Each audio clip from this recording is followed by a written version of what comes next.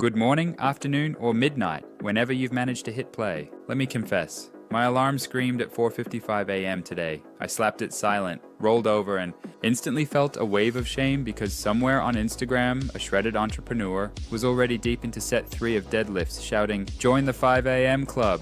Here's the plot twist. Forcing that schedule might be wrecking your focus, your waistline, and your happiness. So let's burn the one-size-fits-all playbook, dive into the science from Matthew Walker's Why We Sleep, and build a routine that actually works for your biology. First, where did this 5 a.m. gospel even come from? A best-selling book by Robin Sharma, a handful of Navy SEAL memoirs, and about 1 million TikTok reels all chanting the same mantra. Rise early, conquer the day. The logic sounds bulletproof. Quiet hours, no email noise, heroic vibes. But Walker reminds us that heroism means nothing if you chop your last cycles of REM sleep. That dreamy stage at the end of the night is when your brain stitches memories together, defangs yesterday's stress, and repairs muscles. Skip it and you're basically running yesterday's firmware on today's problems. Now, meet the real star of the show, your chronotype, your built-in timing preference. Roughly a third of us are natural larks, whose brains flip the electricity on at dawn and fade out by 9 at night. About 40% are hummingbirds, happiest between 9 and 5. The remaining third are owls, whose brains don't hit peak speed until lunchtime and happily type emails at midnight. This split is genetic. Variations in the PER3 and clock genes set the timer long before your first cup of coffee. So when an owl tries to mimic a lark, they create a daily form of jet lag, 2 hours, out of sync with their body clock every single day.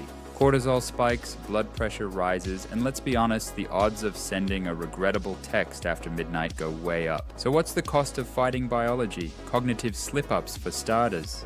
A University of Chicago study found that night owls forced to wake at 6 performed on working memory tests as though they'd pulled an all-nighter. Safety nosedives too. Car crash rates jumped 17% the Monday after daylight savings spring forward, because society steals 1 hour of morning REM from millions overnight. Metabolism takes a hit as well. Short sleepers pump out extra ghrelin, the hunger hormone, and less leptin, which means bigger cravings and weaker I'm full signals. It's the perfect storm for late night snack raids. If all that sounds bleak, here's the empowering part. You can design a schedule that plays to your strengths, instead of beating them into submission.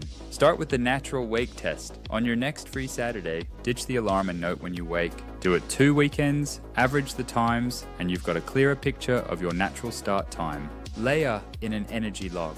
For 1 week, jot down a 1 to 5 energy score every 2 hours. Patterns jump off the page. You'll likely spot one high energy block. That's your deep work goldmine. Slot big thinking, writing, or strategy there. Medium blocks handle emails and meetings. Low blocks are perfect for admin, errands, or aimless dishwashing. Lock your bedtime and wake time inside the same 60-minute window, even on weekends. Consistency is what syncs your circadian rhythm, not simply sleeping more on Saturday. Anchor your mornings with sunlight if you can. Natural light slams the daytime button in your brain and tightens up your internal clock. At night, dim the ceiling lights, kill overhead LEDs, throw on blue light blocking glasses, and let melatonin work its magic. That hormone is your personal stagehand, lowering the lights so the sleep show can start. Give it cues. Can you shift your clock if life demands it? Yes, but think of it like steering a cruise ship, slow and steady. Move bedtime and wake time by 15 minutes every 3 nights rather than yanking an hour overnight. Flood your senses with bright light and movement as soon as you rise. Save coffee for 90 minutes after waking, so adenosine. The fatigue molecule clears properly. Set an evening caffeine curfew no later than 8 hours before planned sleep.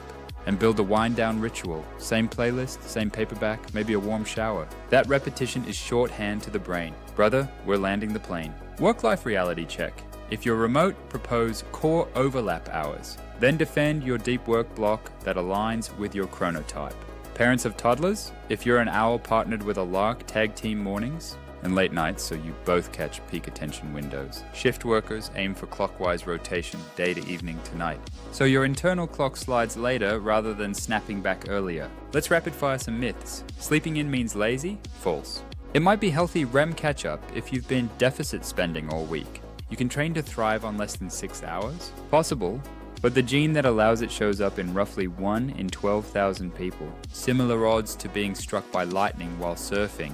and more hours awake equals more hustle? Walker's lab shows mental errors triple after 16 straight hours awake. Hustling half conscious isn't hustling, it's hallucinating. Here's a 5-step action plan. 1. Audit last week's sleep and note the actual totals. 2. Decide which bird you are, lark, hummingbird, or owl. 3. Align just one mission-critical task with tomorrow's peak energy window. 4. Protect a consistent wind down. Phones away, lights low, same time nightly. 5.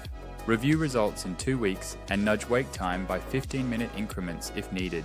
Tiny levers, big compound returns. Let's land this. The 5 a.m. club isn't a cult, it's merely incomplete advice. Your biology already wrote your ideal schedule. When you honor that script, you'll squeeze more out of every hour than any generic motivational alarm could ever promise. So tell me in the comments, are you a lark, hummingbird, or owl? And what's one change you're testing this week? And if today flipped your view on mornings, wait until you see how active listening can flip your relationships. Sleep tight, and remember, the best schedule is the one wired into your DNA.